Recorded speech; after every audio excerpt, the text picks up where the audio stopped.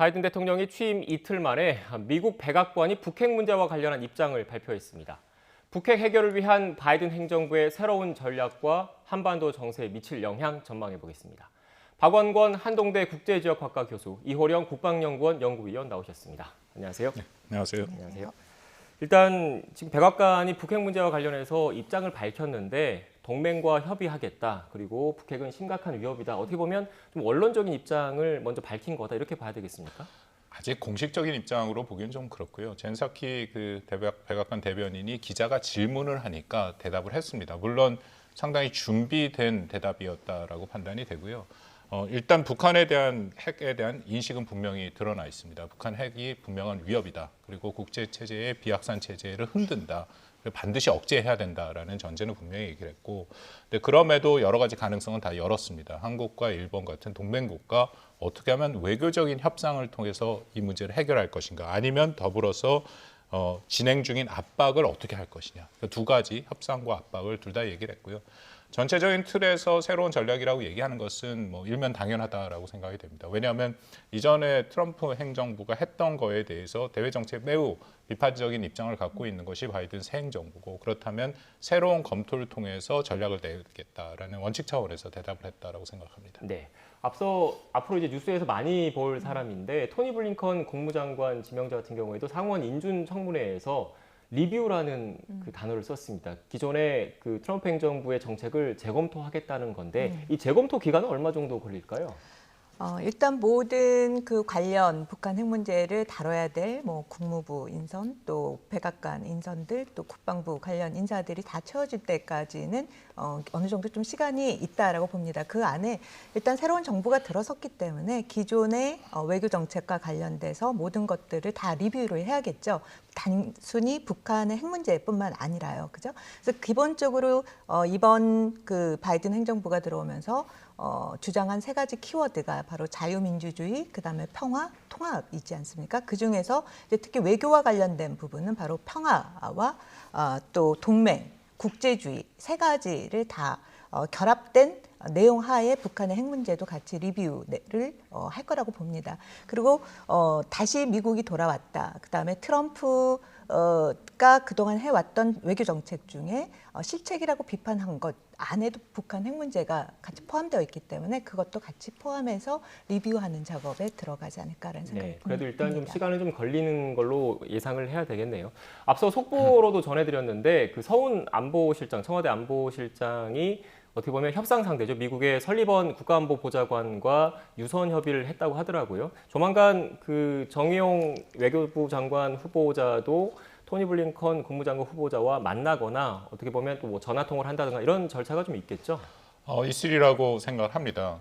그리고 그 트럼프 행정부 때랑의 가장 큰 차이는 물론 우리 청와대와 미국의 백악관 사이의 소통도 매우 중요하죠. 근데 트럼프 행정부 때는 그 소통이 훨씬 중요했습니다. 왜냐하면 트럼프 대통령이 모든 대외 정책을 일종의 중앙화, 개인화를 했기 때문에 트럼프 대통령과의 직접 소통이 매우 중요했다라고 보면, 바이든 행정부는 바이든 대통령이 여러 번 얘기를 했습니다. 모든 것을 정상적으로 복구를 하겠다. 특히 이 전문 관료들의 의견을 존중하고 그들에게 힘을 실어주겠다. 그렇다면 국무부, 특히 토니 블링컨은 바이든 당선인의 복심이라고 불리고요. 워낙 또 전문성을 갖고 있기 때문에 앞으로는 국무부가 특히 북한 문제에 대해서는 끌어갈 가능성이 매우 높습니다. 그렇다면 정의용 내정자와의 관계가 매우 중요하고요. 저는 조만간에 그 전화 통화는 있으리라고 판단이 되고, 근데 사실 그것보다 조금 더 중요한 것은 장관이 전체적으로, 특히 미국 국무장관은 전 세계적으로 다뤄야 할 문제가 굉장히 많습니다. 그리고 어떻게 보면 좀 우리 입장에서는 아쉽지만 북한 문제가 가장 우선순위는 아니거든요. 지난번 토니 블링컨 청문회 때 보면 가장 우선순위는 역시 중국 문제, 그 다음에 이란 핵 문제, 러시아 문제, 그 다음 정도가 북한 문제가 나왔습니다. 그렇다면은 국무부 내에서 북한 문제를 딱 전담해서 다루는 북핵 협상 대표가 있죠. 그 비건이 했던 그 자리가 빨리 정해져야 우리 외교부의 한반도 평화 교섭 본부장과의 소통을 통해서 될 수 있다라는 판단이 듭니다. 네, 두 분 말씀을 들어보면 앞으로 미국 국무부의 역할이 중요하고 그만큼 국무장관 지명자인 토니 블링컨의 역할이 상당히 중요할 것으로 예상되는데, 토니 블링컨이 북한 문제와 관련해서 상원 인준청문회에서 앞서 언급이 있었다고 했는데 관련된 녹취가 있습니다. 준비됐습니까? 네, 먼저 듣고 오겠습니다. We have to review, and we intend to review, the entire approach and policy toward North Korea because this is a hard problem that has plagued administration after administration. 네.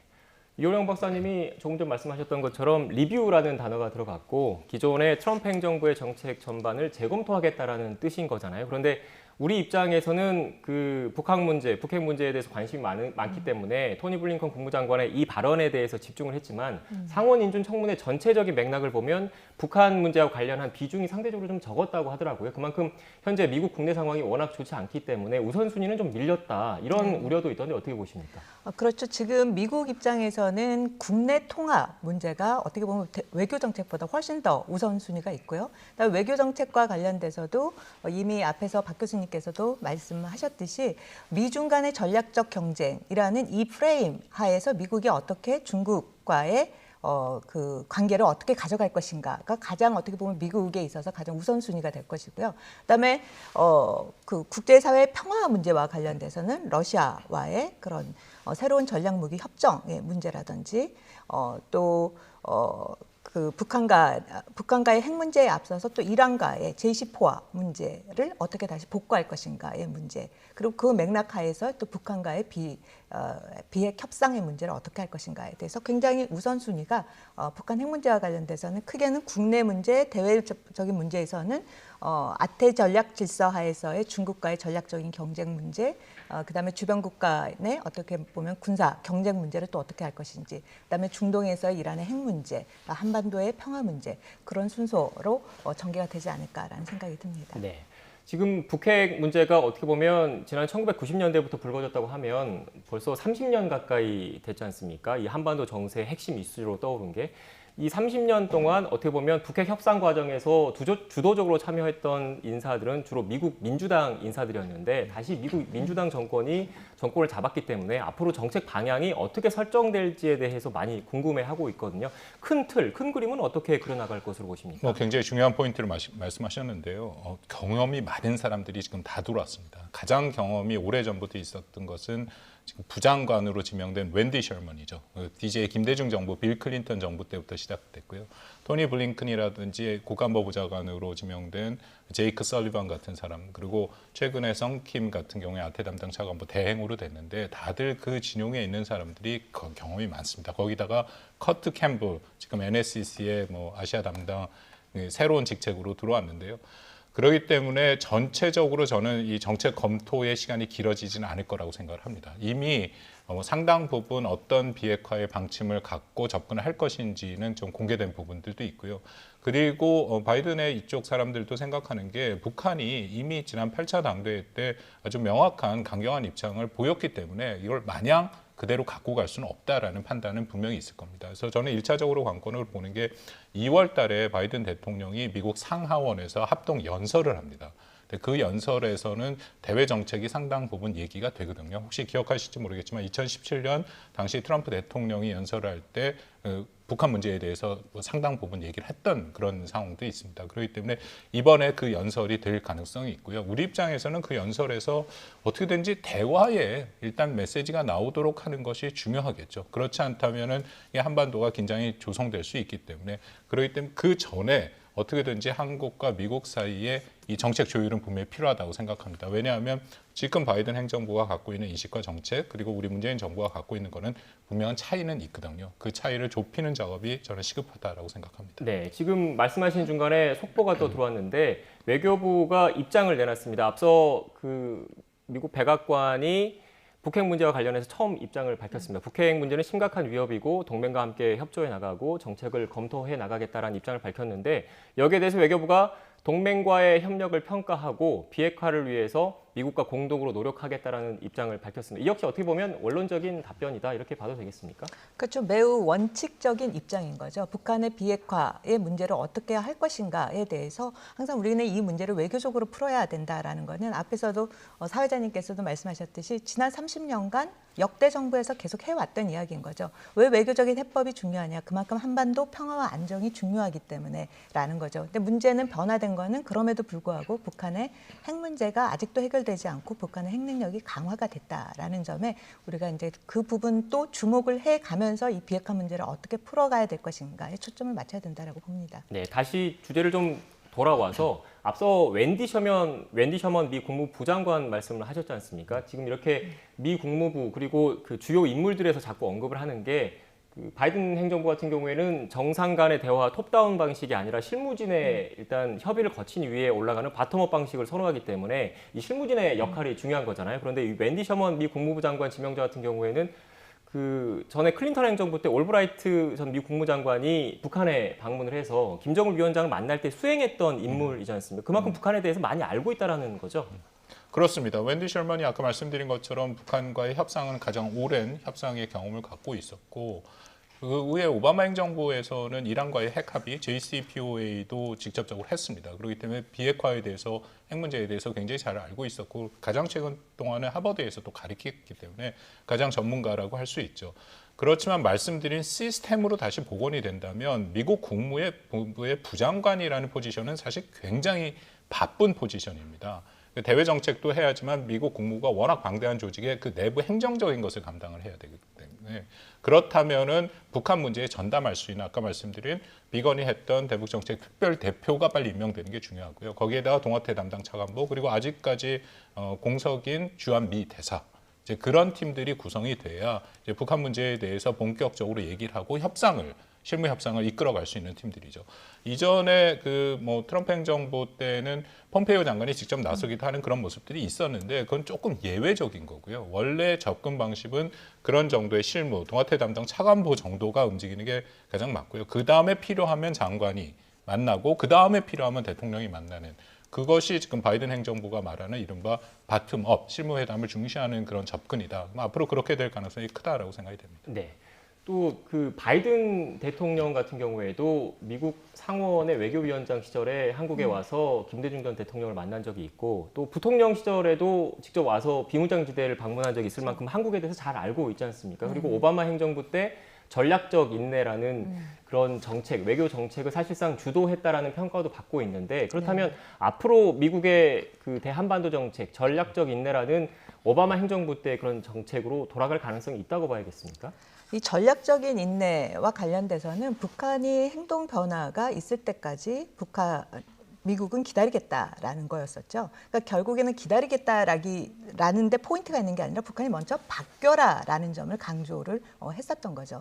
그런데 지금 보면 바이든 대통령을 비롯해서 국무부와 뭐 미국 NSC에 포진되어 있는 그 전문가들을 보면 대부분 한반도 문제를 잘 알 뿐만 아니라 또한 북한의 문제도 너무나 잘 알고 있다라는 거죠. 그리고 지금 북한의 현 상황도 굉장히 많이 알고 있을 뿐만 아니라 그 전에 트럼프 행정부 시기 동안 받지 못했던 정보들을 이제 직접적으로 많은 정보들을 받게 되겠죠. 그러면 그 전에 알고 있었던 내용과 실질적으로 이제 뚜껑을 열어봤을 때 실무적으로 처리해야 될 그런 사안들이 겹쳐지면서 앞으로 이 문제를 어떻게 끌고 나갈 것인가에 대해서 앞에서 이야기했듯이 전반적인 리뷰가 들어갈 텐데요.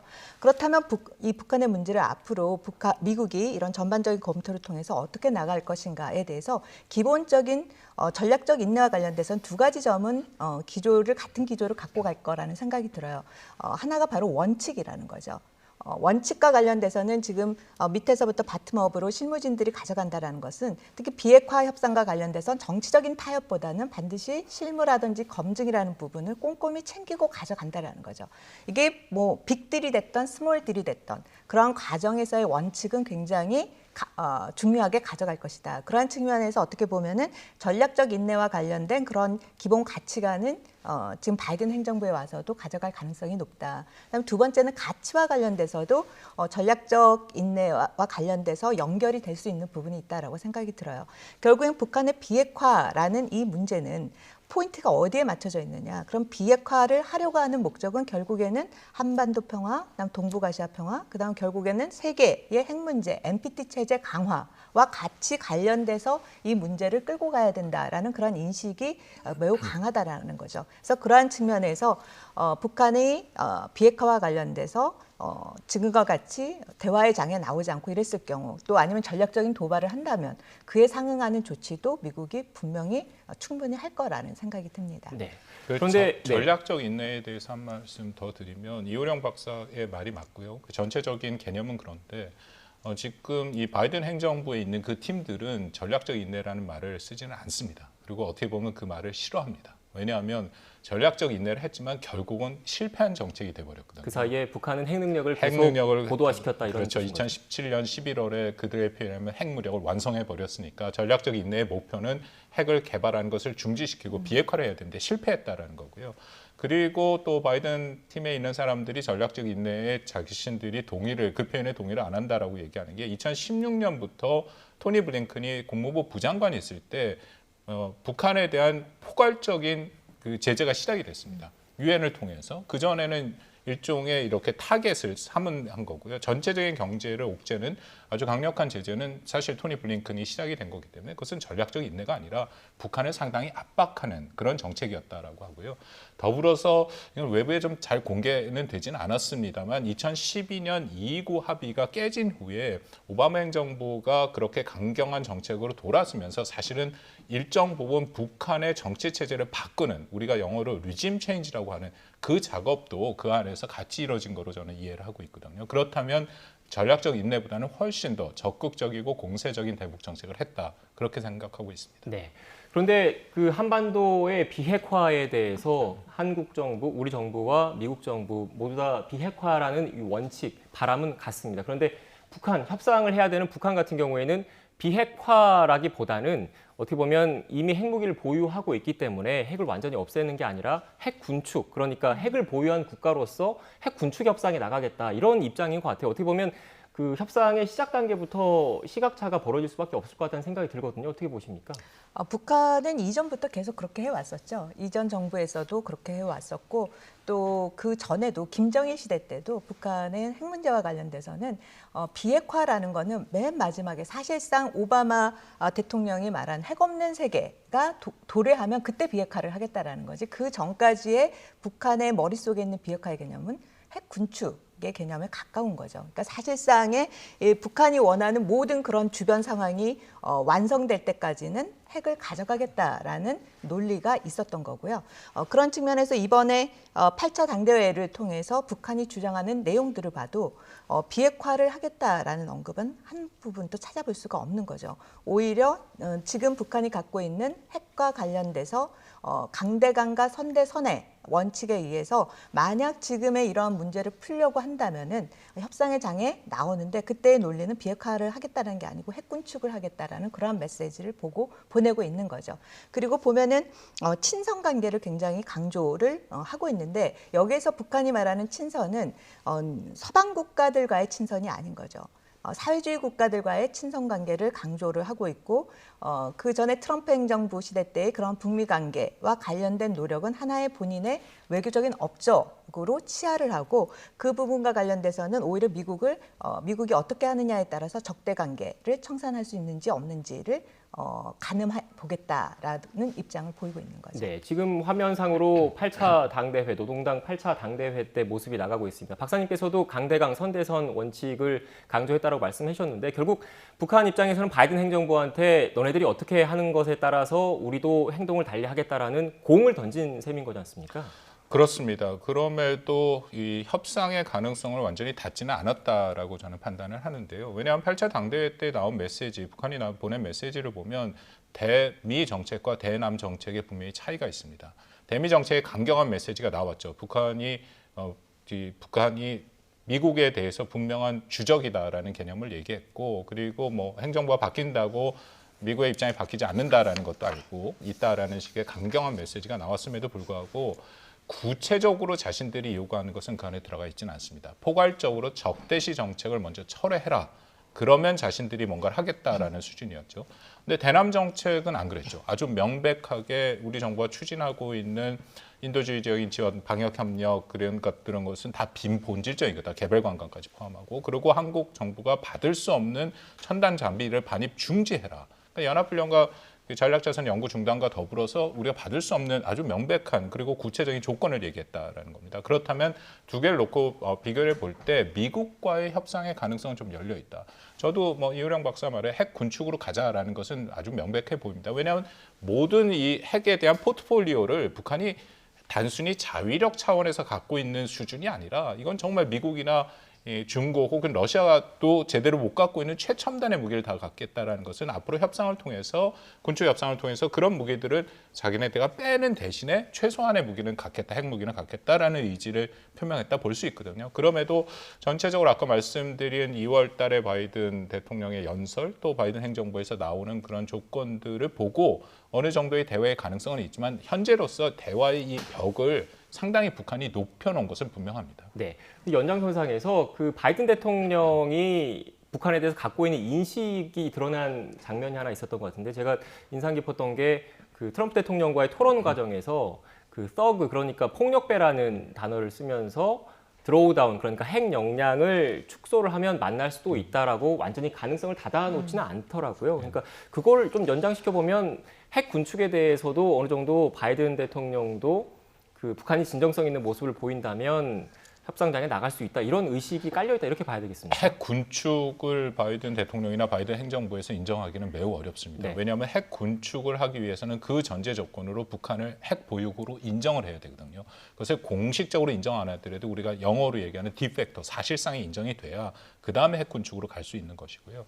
그리고 바이든 대통령의 북한에 대한 입장은 2012년 229 합의 그 당시 오바마 행정부가 북한이랑 맺었던 그 합의지 않습니까? 그 이전과 이후에 굉장히 다른 인식을 보입니다. 그 이전만 하더라도 알려진 것처럼 햇볕 정책을 지지를 했고 북한과 대화를 해야 된다. 조지 W. 부시의 대북 강경 정책을 비판을 했고요. 그런데 2012년 229 합의가 자기가 부통령일 때 했는데 북한이 결국 2개월 만에 그걸 파기해버리니까 그 다음부터 북한을 믿을 수 없다. 북한에 대해서 김정은 총비서에 대해서 굉장히 강경한 그런 그 발언들이 나오기 시작을 했거든요. 근데 그것은 바이든 대통령뿐만 아니라 바이든 행정부의 핵심 인사들이 다 그런 인식을 지금 공유하고 있습니다. 그래서 앞으로 협상이 진행된다면 미국의 바이든 행정부는 끊임없이 북한을 확인하려고 할 겁니다. 이것이 정말 진정성이 있고 또 그것을 제도화하려는 그런 작업들을 할 가능성이 매우 높습니다. 네, 결국 이렇게 그 앞서 말씀하신 드로우다운 같은 경우에는 말하는 과정에서 나오는 거지 비핵화를 의미하는 것이지 핵 군축까지 미국 정부가 용인할 수는 없다라는 말씀을 해주셨는데 그렇다면 시각차가 있는 거잖아요. 북한과 미국의 시각차가 있는데 뭔가 대화의 반전의 기회가 선뜻 마련되지 못했을 경우에 북한 입장에서는 협상력을 높이기 위해서 추가적으로 전략적인 도발을 할 가능성이 있지 않겠느냐 이런 우려도 나오고 있는데 박사님께서는 어떻게 보십니까? 그런 가능성도 생각을 해볼 수가 있는데요. 근데 저는 이번 8차 당대회의 내용을 보면서 우려되는 것 중에 하나가 북한이 스스로 이번 당대회를 통해서 자기의 체제 내구력이 약화가 됐다라는 것을 보여주는 그런 내용들이 굉장히 많아요. 특히 반사회주의, 비사회주의를 제어해야 된다라는 내용과 그다음에 검찰, 우리로 치면 검찰에 해당되는 그 부분과 그다음에 법치를 굉장히 강조를 하고 있는 거죠. 그래서 그런 측면에 있어서 북한 사회가 지금 전반적으로 굉장히 어렵구나. 그다음에 두 번째로는 북한이 뭐를 강조했냐면 북한 경제가 지금까지 이렇게 발전되지 못한 거에 대해서 외부 탓으로 돌리지 마라라는 부분을 강조를 해요. 그건 결국에 뭐냐면 북한이 앞으로 향후 비핵화 협상과 관련돼서 대화의 장으로 못 나간다라든지 아니면 추가적인 어떤 도발을 했을 경우 대북 제재가 보다 더 심화되고 압박이 되면 더 어려워지겠죠. 그거에 대비해서 자주적으로 이 모든 경제 문제를 풀 수 있는 메커니즘을 지금부터 당장 만들어라라는 부분을 굉장히 강조를 하고 있는 거거든요. 그러니까 결국에는 북한이 국제사회의 제재와 압박에 굉장히 많이 취약해져 있고 그다음에 실질적으로 김정은 체제하에서 지금 10년 차에 들어간 이 집권기에 굉장히 체제 내구력도 많이 약화됐다라는 걸 반증을 해주는데 바로 이러한 시점에서 내세우는 게 결국에는 핵무기 전략적인 도발을 하겠다라고 했을 때 이게 결국에는 양날의 그 검이 되고 있는 거죠. 하나는 협상력을 높이기 위해서 전략적인 도발을 한다라고 하지만 이거를 했을 경우 북한 내부적으로 받을 수 있는 그 위협의 강도가 훨씬 더 클 수가 있기 때문에 우리가 생각하는 것만큼 북한이 이전에 보여왔던 행보, 새로운 신행정부가 들어왔을 때 본인의 몸값을 높이기 위한 전략적인 도발을 할 만큼 단행할 만큼 북한의 내적 자원 충분하지는 않다라고 봅니다. 네, 지금 이렇게 북한과 미국 간에 어떤 대화가 오갈지 앞으로 어떻게 될지를 주로 여쭤봤는데 우리 정부도 역할을 해야 되지 않습니까? 그런데 최근 거론되고 있는 게 그 1990년대 후반에 영변 핵시설 선제 타격론이 불거질 만큼 한반도의 긴장이 고조가 됐지 않습니까? 그런데 그 긴장을 완화시키는 역할을 했던 페리 전 국방장관, 페리 전 대북 그 조정관이 내놓은 보고서가 있죠. 페리 보고서. 그러니까 그 북한이 단계적으로 핵 능력을 축소하면 그에 맞춰서 보상을 해주겠다. 이런 페리 프로세스에 대해서 물론 이제 다음에 바로 그 공화당 정부가 들어오면서 폐기가 됐지만요. 다시 언급이 되고 있던데 이 페리 프로세스를 그 적용하게 도입하게 할 수 있게 만드는 게 어떻게 보면 우리 정부 입장에서는 좋은 방안이겠습니까? 페리 프로세스의 기본적인 그 원칙과 접근을 우리가 차용할 수는 있죠. 왜냐하면 그것은 일종의 상응 조치고 북한이 의미 있는 지금은 이제 그 상황이 많이 달라서 그 당시에는 북한이 핵을 뭐 제대로 보유하지 않은 상황이고 지금 완전한 핵 보유국이니까 지금 상황에 대비해서 얘기를 한다면 북한이 전향적인 비핵화 조치를 할 경우에 거기에 상응하는 조치, 예를 들어 제재 해제 같은 경우에는 가능하다. 그 원칙은 받아들일 수 있다라고 생각이 되는데요. 페리 프로세스의 그 기본적으로 나오는 내용은 지금이랑 말씀드린 것처럼 상황은 매우 다르고 또 페리 장관이 얼마 전에 그 한국과의 회의를 통해서 본인이 만든 페리 프로세스가 지금은 적절하지 않다라고까지 얘기를 했습니다. 벌써 20년이 넘는 일이니까요. 그렇죠. 이렇게 얘기했습니다. 북한의 핵 포기는 불가능하고 협상을 하려거든 핵무기 보유를 전제로 해야 된다. 그런 식의 얘기까지 나온 거기 때문에 아마 새로운 뉴 버전의 그런 페리 프로세스를 만들어야 된다라고 생각을 하지만 그거는 사실 트럼프 전 행정부 때도 한국과 미국 사이에 이른바 그런 단계적 접근, 비건이 만들었던 그 플랜들이 있습니다. 거기에 대해서는 한국과 상당히 협의가 돼 있고요. 근데 중요한 것은 바이든 행정부가 새로 출범을 했고 우리가 얘기한 것처럼 새로운 접근 방법을 하겠다라고 얘기를 했으니까 그 문제에 대해서 빠른 시일 내에 한국이 바이든 행정부와의 이 대북 정책 최종 목표부터 시작해서 어떻게 접근할 것이냐. 그리고 중요한 2월, 3월 달에 있을 연합훈련에 혹시라도 북한이 도발하면 그걸 어떻게 대응할 것인가. 이제 그런 문제들을 논의하는 게 저는 중요하다고 생각합니다. 네, 결국 이런 문제, 한반도 정세가 어떻게 보면 올해가 분수령이 될 수도 있을 것 같은데 한미 정상이 그래도 빨리 만나서 대화를 좀 나누는 게 중요할 것 같은데 한미 정상회담은 언제쯤 열릴 수 있을까요? 아무래도 빨리 열리면 열릴수록 좋겠죠. 해서 우리 정부 외교부 차원에서도 아마 일정 조율을 최우선적으로 추진하지 않을까라는 생각이 듭니다. 그래서 뭐 가장 좋다면 뭐 3, 4월 봄에 하면 좋겠지만 그것도 미국 일정이라든지 아니면 또 여러 일정을 같이 종합적으로 해야 되니까 좀 가능한 상반기 내에 일정이 잡히면 좋겠죠. 네, 알겠습니다. 지금까지 박원권 한동대 국제지역학과 교수, 이호령 국방연구원 연구위원과 함께 관련된 이야기 나눴습니다. 오늘 말씀 고맙습니다.